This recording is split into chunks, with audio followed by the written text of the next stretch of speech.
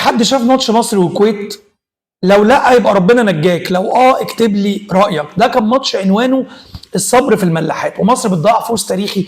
الشوط الاول 5 6 اهداف وضربه جزاء ضايعه، ومحمد شريف طبعا يعني فكرنا بادائه زمان اما قبل ما كان يلعب كوره تقريبا لما كان في وادي دجله.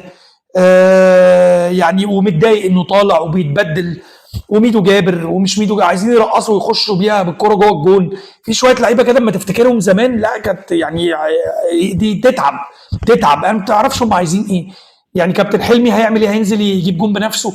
في ايجابيه لكن في عشوائيه. اللمسه الاخيره كارثه. مش معقوله منتخب زي الكويت، مع احترامي اي فرقه في الدوري المصري هتعمل عليه نتيجه.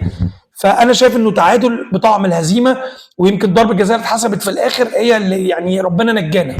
الجوله الثانيه عندك الامارات، ماتش مش سهل.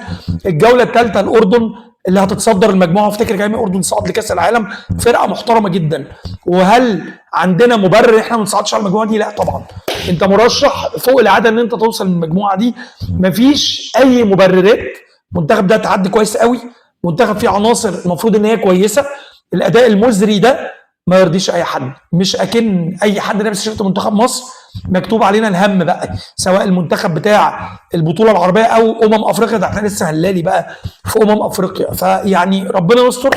وطبعا يا فرحه جهاز حسام حسن في النتيجه بتاعت كابتن حلمي طولان. نتمنى الخير لمنتخب مصر. سلام عليكم.